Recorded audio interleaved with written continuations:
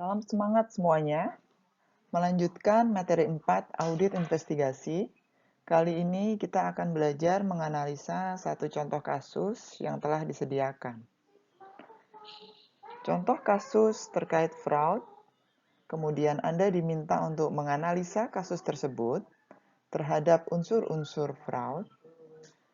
Selanjutnya, Anda ditugaskan untuk mencari kasus terkait error dan menganalisa secara mandiri.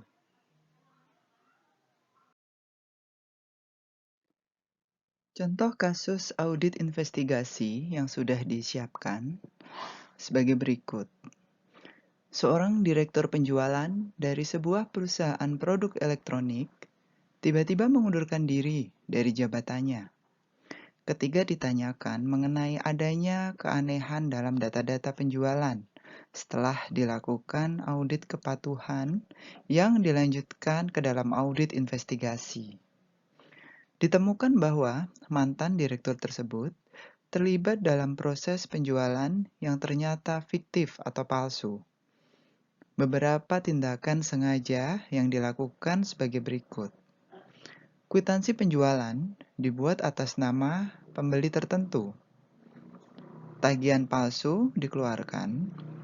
Barang persediaan dikeluarkan dari gudang penyimpanan seolah-olah akan dikirimkan kepada pembeli, atau barang tersebut kemudian dijual sendiri oleh direktur penjualan dan uangnya masuk ke dalam kantong pribadi.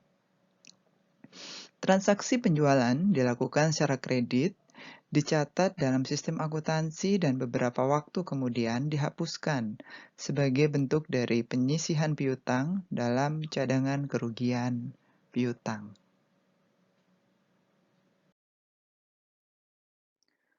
Analisa dari kasus tersebut dikaitkan dengan unsur-unsur fraud.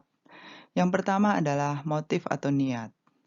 Direktur penjualan dalam hal ini sudah mempunyai motif atau alasan sehingga berniat untuk melakukan tindakan dengan sengaja demi tujuan keuntungan pribadi. Tindakan sengaja apa saja? Direktur penjualan tersebut sengaja melakukan pemalsuan catatan akuntansi dan pemalsuan dokumen transaksi, dalam hal ini adalah nota penjualan. Melanggar aturan seperti apa? Direktur penjualan sengaja mengabaikan aturan, dalam hal ini melanggar kewenangan jabatan. Seharusnya sesuai dengan standar operasional prosedur yang sudah ditetapkan sebagai direktur penjualan. Mengkonversi atau mengubah bukti apa saja? Seperti yang telah dijelaskan sebelumnya, mengkonversi atau mengubah bukti dalam hal ini adalah nota penjualan diubah dengan nama pembeli tertentu, seolah-olah barang tersebut dikirim kepada pembeli tertentu. Dalam kenyataannya, barang tersebut dijual sendiri dan masuk ke rekening pribadi. Tujuan keuntungan pribadi.